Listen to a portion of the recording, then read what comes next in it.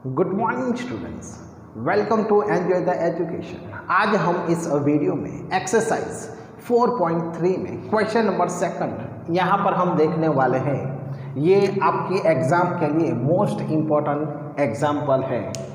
Solve the following equations. अब यहाँ पर हमें जो इक्वेशंस दिए गए हैं उसे यहाँ पर हमें सॉल्व करने हैं। अब इक्वेशन को सॉल्व करने के लिए हमारे पास दो मेथड है, adding and subtracting method and transposing method. आप दोनों मेथड में से किसी भी मेथड से इसे सॉल्व कर सकते हैं। दोनों मेथड का कॉम्बिनेशन करना चाहते हैं तो भी आप इस मेथड में कर सकते हैं। ओके, जैसे कि यहाँ पर हम देख सकते हैं, फर्स्ट हमारा इक्वेशन है 2 into bracket x plus 4 is equal to 12।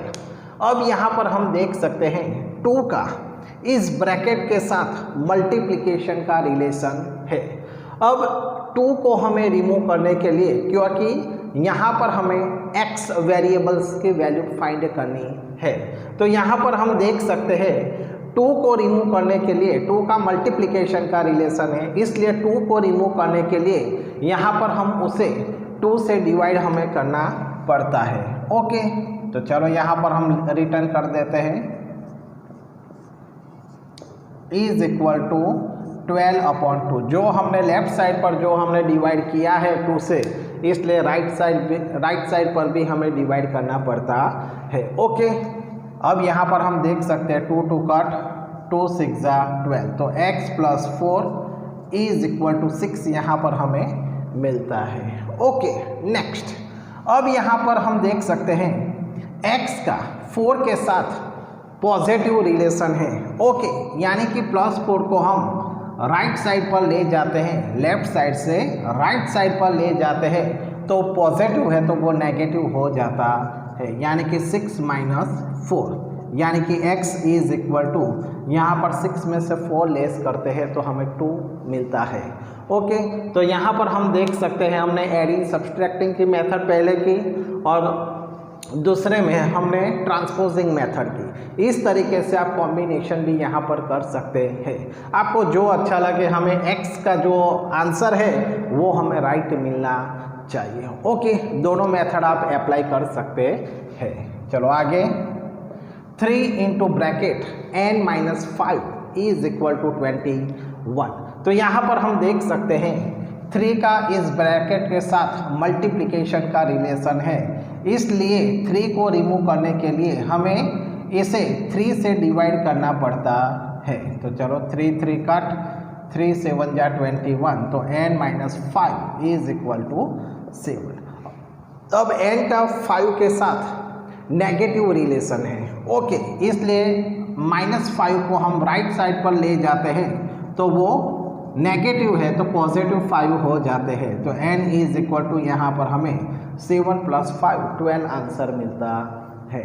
Okay, next same process, यहाँ पर 3 का n-5 के साथ मल्टीप्लिकेशन का रिलेशन है, तो चलो यहाँ पर हम उसे रिमूव करने के लिए डिवाइड ही यहाँ पर हमें करना है, तो -21 डिवाइडेड 3 कट 3 7 जा 21, तो n-5 इज इक्वल टू -7।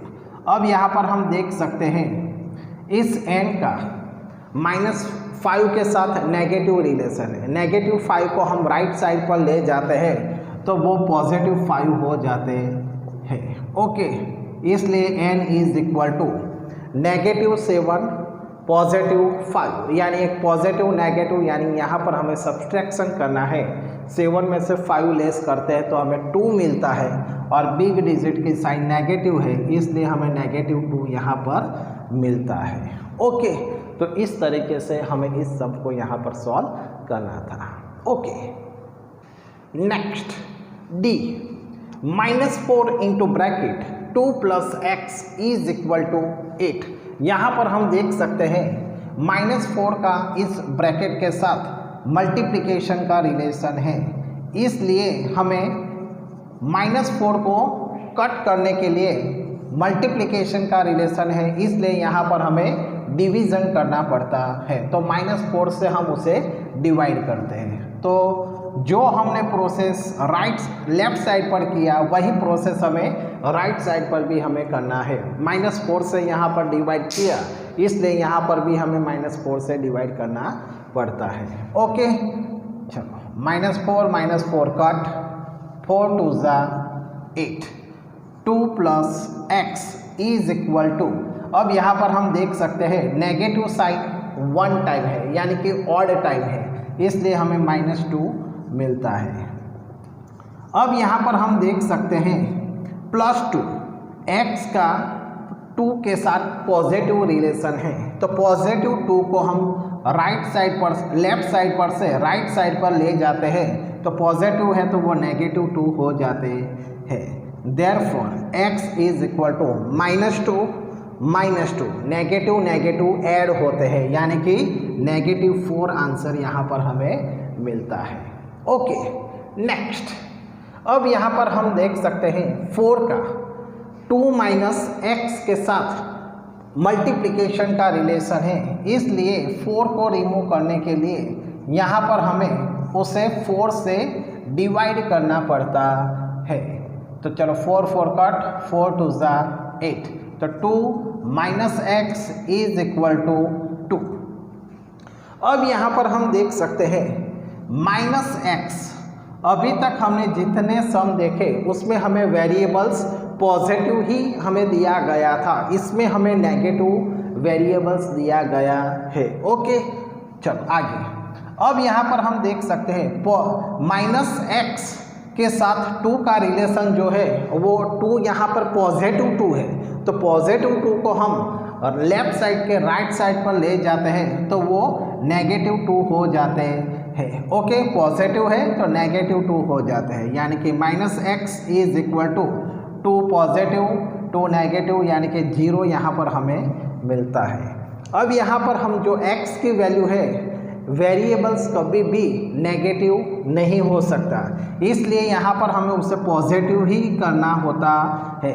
तो अब यहाँ पर उसे पॉजिटिव करते हैं, तो यहाँ पर जो फिगर है वो फिगर यहाँ पर तो 0 है, तो 0 पॉजिटिव और नेगेटिव दोनों नहीं है। ओके, इसलिए यहाँ पर हमें 0 रख देना है। लेकिन शायद ऐसा मान लीजिए कि यहाँ पर -1 होता, तो यहाँ पर हमें आंसर +1 करना पड़ता, और +1 होता तो हमें -1 यहाँ पर हमें करना पड़ता, क्योंकि जो वेरिएबल्स है वो वेरिएबल्स कभी भी नेगेटिव हमें नहीं रखना है, वेरिएबल्स ऑलवेज पॉजिटिव ही होना चाहिए। ओके,